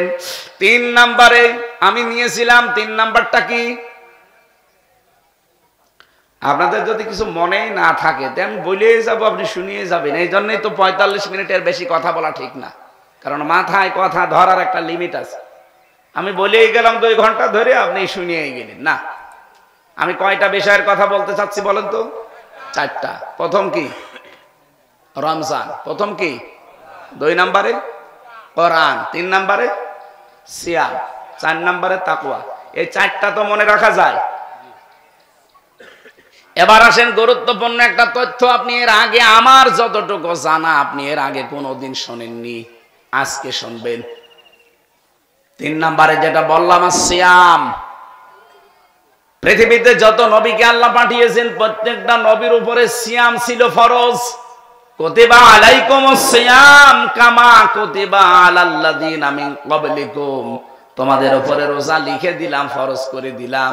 শুধু তোমাদের উপরে না, তোমাদের পূর্বে যারা দুনিয়া থেকে বিদায় নিয়েছে সবার উপরে রোজা কি? আরো জোরে বলেন। সবার উপরে সিয়াম ছিল ফরজ, কিন্তু সাওম না। এদিকে তাকান। আসিয়াম এবং আসসাওম শব্দ 2টা শুনতে কাছাকাছি মনে হচ্ছে, আকাশ পাতাল পার্থক্য আছে। সিয়াম হচ্ছে কন্টিনিউ, একটার পর একটা আসতেই থাকা ধারাবাহিক ভাবে। এই জন্য আপনি দেখবেন, এই যে রমজান যারা পাননি, সিয়াম যারা পাননি, এটা কিন্তু আগামী বছর হলে আপনি আবার বেঁচে থাকলে পাবেন। কি বলেন বলেন? কিন্তু সাওমটা কি? এখানে যারা আছেন, একজনকেও যদি কেউ বলতে বলে যে বলেন তো সিয়াম আর সাওমের ভেতরে পার্থক্য কি, না আমার জানা পারবে না, কারণ ওইভাবে ডিপলি চিন্তা হয়তো আপনারা করেননি। সিয়াম যেহেতু প্রত্যেক নবীর উপরে ছিল, কিন্তু তাদের সিস্টেম আলাদা ছিল। আমাদের সিয়াম হচ্ছে সকাল থেকে সন্ধ্যা পর্যন্ত না খেয়ে থাকা, পানি না পান করা, স্ত্রী সম্পর্ক থেকে বিরত থাকা, আর হারাম যত কাজ আছে হারাম কাজগুলো ছেড়ে দেওয়া। এই 4টা শর্ত পালন করার নাম হচ্ছে সাওম। এর নাম কি? আর সিয়াম কি? আমাদের উপরে তো সিয়াম ফরজ, অথচ আমি হাদিস পড়েছিলাম প্রথমে, আপনি দেখেছেন আস-সাওমুলি আস-সিয়ামুলি বলি নাই, কারণ হাদিস হচ্ছে আস-সাওমুলি, রোজা আমার জন্যে, ওয়ানা আজিজি বিহি বা ওয়ানা উজিজা বিহি, এর পুরস্কার আমি আল্লাহ নিজে দেব, অথবা আমি নিজেই তার পুরস্কার হয়ে যাব। এটাকে সিয়ামের জন্য না সাওমের? বলেন বলেন। সাওম কাকে বলে বোঝা গেছে? কি না খেয়ে থাকা খাবার, না খেয়ে থাকা পানি, স্ত্রী সম্পর্ক থেকে দূরে থাকা, আর হারাম কাজ যাবতীয় ছেড়ে দেওয়া। কয়টা শর্ত? আরো জোরে। কিন্তু সিয়ামটা কাকে বলে আপনি দেখেন, অন্যান্য নবীর উম্মতের উপরে সিয়াম ছিল, কিন্তু তাদের সিয়াম আমাদের মতো এই চারটা বিষয় ছিল না। হযরতে মারিয়াম আলাইহিস সালাম তিনি সিয়াম ছিলেন, তার সিয়াম বা তার রোজার নিয়ম ছিল কি? তিনি সব করতে পারতেন, তিনি খাবার খেতে পারতেন, পানি পান করতে পারতেন, সব করতে পারতেন দুনিয়ায়, শুধু কথা বলতে পারতেন না। তার মারিয়াম আলাইহিস সালামের যে নিয়ম, তার রোজার যে নিয়ম সিয়ামের, ওনার সাথে আমাদের রোজার মিল আছে? বলেন বলেন। এখন যদি বলেন না আমি মরিয়মের মতো রোজা রাখবো, শুধু কথা বলবো না আর সব খাবো, হবে? কারণ আমাদের ওই রোজা আল্লাহ দেয়নি। এই জন্য সিয়াম এটা কন্টিনিউ, প্রতি বছর আসতেই থাকবে, এটা কিয়ামত পর্যন্ত। কিন্তু সাওম এটা আপনাকে তৈরি করা লাগবে। আমি আশা করি কথা বোঝাতে পেরেছি। আর সিয়াম আর সাওম কি এক? সিয়াম আসে কন্টিনিউ, ধারাবাহিক ভাবে একটার পরে একটা, আর প্রত্যেকটা উম্মতের উপরে সিয়াম আছে। এই পৃথিবীতে এখন 4,500 ধর্মের মানুষ বাস করে, প্রত্যেকটা ধর্মের মানুষ সিয়াম রাখে। আপনি ইহুদিদের দিকে তাকান, তারাও সিয়াম রাখে, কিন্তু তারা সেহরি করে না। খ্রিস্টানদের দিকে তাকান, তারাও সিয়াম করে, কিন্তু তারা ইফতারি করে না। এই যে হিন্দু যারা মুশরিক, এরাও বাবা মা মরে গেলে সিয়ামই করে, রোজায় রাখে, উপোস বলে। কি বলে? ওরা না খেয়ে থাকে না, কিন্তু তারা সেহরিও করে না, ইফতারিও করে না। আর আমাদের যে সিয়াম, এখানে সেহরি আছে, ইফতারি আছে, আর ওই চারটা শর্ত মেনে চলা আছে। নবীজি হাদিসে কুদসি, এটা বিশ্ব নবী এই জন্য জানিয়েছে, আস-সাওমু লি ওয়া আনা আজজি বিহি। এটা আল্লাহর কথা নবীর মুখ দিয়ে বের হচ্ছে। কেউ যদি সিয়াম সাধনা করে, সাওম পালন করে, আমার আল্লাহ পাক নিজে তাকে পুরস্কার দেবেন, অথবা নিজেই পুরস্কার হয়ে যাবেন। এখন আমার প্রশ্ন, আল্লাহ সিয়ামটা কেন রমজানে দিলেন? এখনো তো 12 মাস ছিল, সেই মাসে সিয়ামটা দিলেন না কেন? রমজানের সাথে, কোরআনের সাথে সিয়ামের এমন অঙ্গাঙ্গি ভাবে জড়িত সম্পর্ক, আপনি এর ভেতরে না ঢুকলে বুঝবেন না। বক্তা চলে এসেছে, তো এই জন্য আমি তাড়াতাড়ি করছি। 4 নাম্বার বলেছিলাম তাকওয়া, লাআল্লাকুম তাত্তাকুন। রব্বুল আলামিন বলেন সিয়ামটা দিয়েছি এই কারণে, যেহেতু তোমরা তাকওয়াবান হতে পারো, তাকওয়া অর্জন করতে পারো। এই তাকওয়াটা কি? এটা কি গাজীপুরের বাজারে কিনতে পাওয়া যায়? এইবার ভালো করে শুনবেন, এতক্ষণ যা করেছেন আমি কিছু বলি নাই, এদিকে তাকান। এবার এই 4টা বিষয়, আমি এটাও জানি যে 4টা বিষয় জীবনে শোনেননি, এখনই শুনবেন। তাকওয়া মানে আমার মতো জব্বা গায়ে দিয়ে, পাগড়ি মাথায় দিয়ে, সুন্দর টুপি মাথায় দিয়ে, হাতে তসবিহ নিয়ে হু হু করা না। তাকওয়ার ব্যাখ্যা পেয়েছি আমি 4টা। হযরতে আলীকে জিজ্ঞাসা করা হচ্ছে, ও আলী, তাকওয়া কাকে বলে? হযরতে আলী নবীর জামাই বললেন, 4টা বিষয় যার ভেতরে পাওয়া যাবে, সে যেন মনে করে আমার ভেতরে তাকওয়া তৈরি হয়েছে। আমি এবার প্রশ্নটা ছেড়ে দিলাম, বলেন তো, যে 4টা বিষয় হযরতে আলী বলেছিলেন, যে 4টা বিষয় যদি আপনার ভেতরে থাকে, তাহলে আপনি বুঝবেন আপনি তাকওয়াবান হয়েছেন। আর যদি না থাকে, আপনি যতই বুজুর্গ দাবি করেন, আপনি বুজুর্গ না, আপনি বেজিরগু। চলে এসেছে? এত বড় বক্তা চলে আসলে কথা বলা যায়? আলহামদুলিল্লাহ। ভাই, আমাদের শ্রদ্ধাভাজন বড় ভাই মাওলানা আব্দুল্লাহ আল আমিন, আন্তর্জাতিক অঙ্গনের কারি, আপনারা তেলাওয়াত শুনলে বুঝবেন। আলোচনা উন্নত মানের আলোচনা করে, ওনাদের কণ্ঠ, সাইদি সাহেবের বিদায় নিয়েছে, কিন্তু কণ্ঠটা মনে হয় আল্লাহ ওইটা পরিবর্তন করে ওনারে দিয়ে দিয়েছে। হ্যাঁ, এখানে আরেকবার হয়েছে। আলহামদুলিল্লাহ, ভাইয়ের কথা শুনবো আমরা। আমি রোজার মাস, এরপরে আমার আরেকটা অনুষ্ঠান আছে গাজীপুর, কি বলে ওটা, টাঙ্গাইলে, দেলদুয়ারে। রোজার মাসে যদি প্রতিদিন এই 2-3 ঘন্টা করে কথা বলা লাগে, আমার তো গলা শুকিয়ে শেষে বলবো পানি দিন, পানি দিন। এই জন্য বেশি কথা বলাও ঠিক না রোজার মাসে। ক্লাসের মতো সর্বোচ্চ 40-45 মিনিটে শেষ করা দরকার। 1 ঘন্টা আমাদের হয়ে গেছে, আমরা আর বাড়াতে চাই না। শুধু 4টা বিষয় খুব তাড়াতাড়ি ব্যাখ্যা ছাড়া বলি, আপনি মনে করে রাখবেন, লিখে রাখবেন। 1 নম্বরে আল খাউফু মিনাল জালিল, আল্লাহর ভয় তৈরি করা। আল্লাহকে যেমন না দেখে আপনি ভয় করছেন, বিশ্বাস করছেন, না দেখে ভয়ও করা লাগবে। 2 নম্বরে আল আমালু বিত-তানজিল, আল্লাহর কোরআন অনুযায়ী আপনার আমল হওয়া লাগবে, কাজ হওয়া লাগবে। আমাদের কাজ আমল হয় কিন্তু কোরআনের বাইরে। এই জন্য কাজ কারবার যদি কোরআন কেন্দ্রিক হয়, কোরআনের সাথে সম্পৃক্ত হয়, তখন আপনি বুঝবেন যে আপনার ভেতরে তাকওয়া আছে। নামাজ এটা কোরআনের আমল না? রোজা কোরআনের আমল না? কথা বলেন না কেন? হজ করা কোরআনের আমল না? কয়বার করে আছে কোরআনে? নামাজের কথা খুব বেশি হলো আপনি 82 বার পাবেন। রোজা রাখা লাগবে কথাটা সর্বোচ্চ আপনি 1 জায়গায় পাবেন। হজ করা লাগবে কথাটা জীবনে কোরআনে 1 জায়গায় পাবেন। যাকাত দেওয়া লাগবে কথাটা আপনি 82 জায়গায় পাবেন। কিন্তু এই দেশে ইসলাম প্রতিষ্ঠিত করা লাগবে, দিন কায়েম করা লাগবে, এই কথাটা আছে 918 জায়গায়। কোরআনের আমল এইগুলো। আপনি নামাজটা মেনে নিলেন, রোজাটা মেনে নিলেন, হজটা মেনে নিলেন, যাকাতটা মেনে নিলেন, 56,000 বর্গ মাইলে যে কোরআনে কারিম প্রতিষ্ঠিত করা লাগবে, এটা আপনি মানেন না।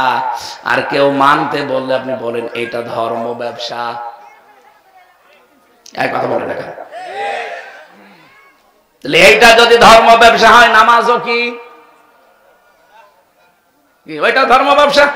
9টা এর ভেতরে আছে, আর 918 জায়গায় আছে এইটা যে আকিমুদ্দিন, দিন কায়েম করো, ডাইরেক্ট হোক ইনডাইরেক্ট হোক। হয়তো 1 জায়গায় আপনি আকিমুদ্দিন পাবেন, অন্য জায়গায় পাবেন আলালাহুল খালক ওয়াল আমরু, আর এক জায়গায় পাবেন ইনিল হুকমু ইল্লা লিল্লাহ। এরকম বিধানগুলো আছে। তাহলে সবগুলোর সামারাইজ করলে আমি 918 জায়গায় পুরা কোরআনে পেয়েছি। ওইগুলোর কথা বললেই মানুষের কাছে আমরা কালার হয়ে যাই, বলে হুজুর বেশি বুঝে। অথচ নামাজের কথা সুর দিয়ে বলি, মানুষ কান্নাকাটি করবে, বলবে খুব ভালো মানুষ। ওই ভালো মানুষটা যখন বলে যে আকিমুদ্দিন, এটা কায়েম করা লাগবে। কারণ খৌফ, ভয়, তাকওয়া যদি কেউ তৈরি করতে চায়, কোরআনের বাইরে আমল করলে তার তাকওয়া তৈরি হবে না। আমরা আপনাকে আহ্বান জানাবো, আজকে শফিউদ্দিন নাকি নাম যেন দেখলাম, এই শফিউদ্দিন সাহেব দিন কায়েমের আন্দোলনে যুক্ত হয়েছে। উনি বুঝে শুনে যুক্ত হয়েছেন, আন্দাজে যুক্ত হয়নি। উনি মনে করে নামাজ যেমন ফরজ, রোজা যেমন ফরজ, দিন কায়েম করা ঠিক ওইরকম ফরজ। এ কারণে এত রিস্কের ভেতরে ওই কাজগুলো তারা আঞ্জাম দিয়ে যায়। কিন্তু বাকি যে মানুষগুলো আমরা দেখি, কেন এ কাজকে আপনার ফরজ মনে করেন না? খালি নামাজ ফরজ, রোজা ফরজ, এটা ফরজ না? এটা আজ বাংলাদেশের 18-20 কোটি মানুষ যদি আমরা শফিউদ্দিনের মতো মনে করতাম, না এটাও ফরজ, এই বাংলাদেশে দিন কায়েম হতে দেরি হয়। কিন্তু আমরা এই তাকওয়ার এই পর্যায়ে যেতে পারিনি। সে হুজুর বলেন আর খেজুর বলেন। 3 নম্বরে আল কিনায়াতু বিল কলিল, অল্পে তুষ্ট থাকা। অল্পে তুষ্ট থাকতে পারি না আমরা, এই কারণে দেশটা আরো বসে যায়। এখন এত ঋণ এই দেশে, একটা মানুষ জন্ম নিলে 1,10,000 টাকা তার মাথার উপরে ঋণ। অল্পে তুষ্ট থাকলে এই কাজ হতো না। টাকাগুলো সব আপনি পাচার করে করে বাইরে বেগম পাড়া, সাহেব পাড়া বানিয়েছে। থাকতে তো পারেন না। মালয়েশিয়া দেখেছি, হোটেলে ওঠার পরে নিচতলায় নেমে কি এখানে বসে কি করেন? হুজুর আমরা আগে পালিয়েছি। সাহেব পাড়া বানিয়েছেন, ওখানে থাকবেন না? ওখান থেকে মায়ের খাবো। বাংলার জনগণ এখানে আছে, পিটিয়ে হাত বানিয়ে ফেলবে। কি করলেন আপনি? সাহেব পাড়া বানালে থাকতেও পারেন না।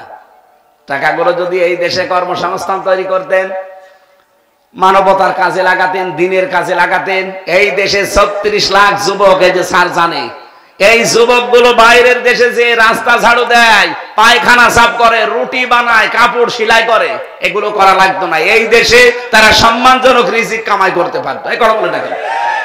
এটার জন্য যারা দায়ী তাদেরকে ক্ষমা করা যায় কোন লাইনে? এই জন্যই তো বাংলার জনগণ চাচ্ছে না যে তারা আবার স্বাভাবিক আসুক। আসলে ওরা আর আবার অস্বাভাবিক করে ফেলবে। সুতরাং যেখানে আছে সেখানে থাক। দরকার দাদারে মুসলমানি দিয়ে বিয়ে দিয়ে দিন। বুড়ে বয়সে মুসলমানি দেওয়া একটা সমস্যা আছে। হাজাম দরকার আমরা বাংলাদেশ থেকে পাঠাবো। বুড়ো ভাসাম পাঠাবো যেন চোখ বন্ধ করে কেটে দেয়, সাথে যা গোড়া আঁক যেখানে কাটে কাটুক। তারপরেও দাদা মুসলমান না হলে তার বিয়ে শাদী হচ্ছে না। দাদারও শুনলাম যে বউ নেই, আর আমাদের ওইটারও নাকি স্বামী নেই। কি ওই একটা গান শুনছিলাম সেদিন, মোদির বউ নাই, পরেরটা জানি না। তো দুইটারে একসাথে মিলিয়ে অন্তত এই বুড়ো বয়সে যদি ছেলে মেয়ে হয় কিছু হোক, আত্মীয় স্বজন আমরা আরো বাড়াই, তখন আমাদের আর বর্ডার থাকবে না, বাবা শাহজালাল সব হালাল হয়ে যাবে। না, যারা গেছে বিদায় নিয়ে তারা আর ফিরে আসার চিন্তা ভাবনা যদি করে, পৃথিবীর ইতিহাস পাল্টিয়ে যাবে। আজ পর্যন্ত কোনো পালানো মানুষ ফিরে এসেছে? সুতরাং এদেরকে যারা পুনর্বাসন করার জন্য বিভিন্ন রকমের চিন্তা ভাবনায় আছেন, আপনার চিন্তা থেকে সরে আসেন। এদেশের মানুষ কিন্তু আগস্টের 5 তারিখের আগে নেই, এটা পাল্টিয়ে গেছে। হ্যাঁ, কথা বলেন না কেন? যে যেখান থেকে এটা চেষ্টা চালাবেন ব্যর্থ হবেন, সে সেনাবাহিনী হোক আর অন্য বাহিনী হোক, যেখানে যারা আছেন। আমরা দেখছি সেনাবাহিনীর যিনি প্রধান, উনি অলরেডি আত্মীয়তার সম্পর্ক ছিন্ন করে জাহান্নামী হয়ে গেছে। কারণ আত্মীয়তার সম্পর্ক যারা ছিন্ন করে তারা কি, উনি কি করলো, ওনার নিজের আপন লোক আত্মীয়তার সম্পর্ক ছিন্ন করে ফেলেছে। এটা মিডিয়া আবার কাটছাট করে উল্টো পাল্টা বোঝাবে, কারণ এদের কাজই তো এরকম উলট পালট। আমরা হাদিস পড়েছিলাম যে লা ইয়াদখুলুল জান্নাতা কাতিউন, যারা আত্মীয়তার সম্পর্ক ছিন্ন করে তারা কি জান্নাতে যাবে না, তারা জাহান্নামী। তো ওনার আত্মীয় ছিল, উনি সম্পর্কটা যদি ঠিক রাখতে পারে না। এখন শুনছি গোপনে আবার বিভিন্ন কায়দায় সম্পর্ক ঠিক রাখার চেষ্টা চালাচ্ছে। কিন্তু বাংলাদেশের মানুষ এখন সেই জায়গায় আছে, এ দেশের মানুষ আর মানবে না। আপনি দরকার হয় নতুন আত্মীয় করেন, ওই আত্মীয় ভুলে যান, ওটা আত্মীয় না। হযরতে নূহ আলাইহিস সালাম তার সন্তানের পরিচয় দিতে চাচ্ছিলেন, আল্লাহ বললেন না, সন্তান না, ওইটা আপনার। ওটা আপনার আহাল পরিবারের লোকেরা যারা আল্লাহ রসুলকে মানে না, মানবতার জন্য যারা হুমকি, ওরা আপনার আত্মীয়ই না। এই জন্য আমরা এদেশে যারা মুসলিম আছি, এ দেশের বৈধ যারা নাগরিক আছি, এ দেশটাকে যারা অবৈধ করার জন্য চেষ্টা চালিয়েছেন, আপনি তো আমার আত্মীয় হলো। এখন আমরা কোরআনের ওই আয়াত অনুযায়ী বলবো, লাইসা লাকা মিন আহলিকা, আপনি আমার আত্মীয়ই না। আমরা চেষ্টা চালাচ্ছি। 4 নাম্বারটা হচ্ছে ওয়াল ইস্তিদালু লিয়াউমির রাহি, আখিরাতের পুঁজি তৈরি করার জন্য সে লোকটা সচেষ্ট থাকবে। আল্লাহ রাব্বুল আলামিন আমাদেরকে 4টা যে স্তর বললাম, আল্লাহর ভয় তৈরি করা, কোরআনের আমল করা, অল্পে তুষ্ট থাকা, আর আখিরাতের পুঁজি তৈরি করার জন্য চেষ্টা চালানো। এই 4টা যার ভেতরে আছে তার ভেতরে তাকওয়া আছে, আর এই 4টা যার ভেতরে নেই সে আকাশ দিয়ে উড়ে গেলে ওর ভেতরে তাকওয়া নেই। যেহেতু রমজান এসেছে আমাদেরকে তাকওয়া শিক্ষা দেওয়ার জন্য, আর কোরআনে কারিম আল্লাহ নাযিল করেছেন রমজানে, ইন্না আনজালনাহু ফি লাইলাতিন মুবারাকা, অবশ্যই আমি আল্লাহ কোরআন নাযিল করেছি একটা বরকতময় রজনীতে। ইন্না কুন্না মুনজিরিন, আর আমি নিজে সতর্ককারী। সতর্ককারী কে? আমরা শুধু অ্যাডভার্টাইজ করছি, আসল সতর্ককারী কে? কোরআনে আল্লাহ এরকম সতর্ক বাণী দিয়েছেন 500, ফিহা ইফরাকু কুল্লু আমরিন হাকিম। আল্লাহ এই কোরআন নাযিল করেছেন যেই দিন, ওই দিন তিনি গুরুত্বপূর্ণ কিছু সিদ্ধান্ত নেবেন। যেহেতু 27 রমজান সামনে, 21, 23, 25, 27, 29 এর ভেতরে যে কোনো একদিন আল্লাহ রাব্বুল আলামিন গুরুত্বপূর্ণ কিছু সিদ্ধান্ত নেবেন। আমরা দোয়া করছি মুসাফির অবস্থায়, রোজাদার অবস্থায়, আল্লাহ যেন আমাদের এই দেশটা যত ষড়যন্ত্র হচ্ছে সব কিছুকে নস্যাৎ করে এমন কিছু গুরুত্বপূর্ণ সিদ্ধান্ত আমাদের ব্যাপারে নেন, আমরা যেন সামনে কোরআন সংসদে চলছে এটা দেখে মরতে পারি। আমার কথার অর্থ বোঝা গেছে? আমি জানি আপনারা বুঝেছেন। ফিহা ইফরাকু কুল্লু আমরিন হাকিম, আল্লাহ কিছু গুরুত্বপূর্ণ সিদ্ধান্ত নেবেন এই রাতে। সুতরাং আমরা বারবার দোয়া করব, আমাদের যত রকমের ষড়যন্ত্র হচ্ছে দেশ নিয়ে, দেশে বিদেশের মাটিতে, সব আল্লাহ যেন নিজে নস্যাৎ করে দেয়। আর এমন কিছু বরকতময় সিদ্ধান্ত আল্লাহ যেন নেয়, যেটা ওই যে হাজার হাজার বছরও হয়নি, কোরআন নাযিল করে আল্লাহ যেটা দিয়েছে সেটা পাওয়া যাবে যদি এটা সংসদে যায়। আল্লাহ রাব্বুল আলামিন ওই দৃশ্য দেখে মরার তৌফিক আমাদের দান করুন, আমিন। আমি যেহেতু ভাই আছে সামনে, উনি মেয়েদের ব্যাপারেও কথা বলবেন, আর আমার এখন দুইটায় ওঠা লাগবে ওখানে, আর মাত্র 40 মিনিট আছে। ওখানে যে আবার কথা বলবো সে টাঙ্গাইলে। আজকের মতো শেষ করে বিদায় নিলাম। যতটুকু বলেছি প্রত্যেককে আল্লাহ যেন আমল করার সুযোগ দেন। আমি একটা প্রশ্ন করছি, আমি যতটুকু বললাম কিছু না কিছু বোঝা গেছে? আলহামদুলিল্লাহ। আমি জানি আমার কথা মানুষ বোঝে, আমি বিশ্বাসও করি, আমলও করবেন। আমি সহ প্রত্যেককে আমল করার তৌফিক কামনা করে শেষ করলাম। আসসালামু আলাইকুম। এখন আজান দিয়ে দেন, আর 5 মিনিট আছে, নামাজ পড়ে ওনারা দিয়ে দেন।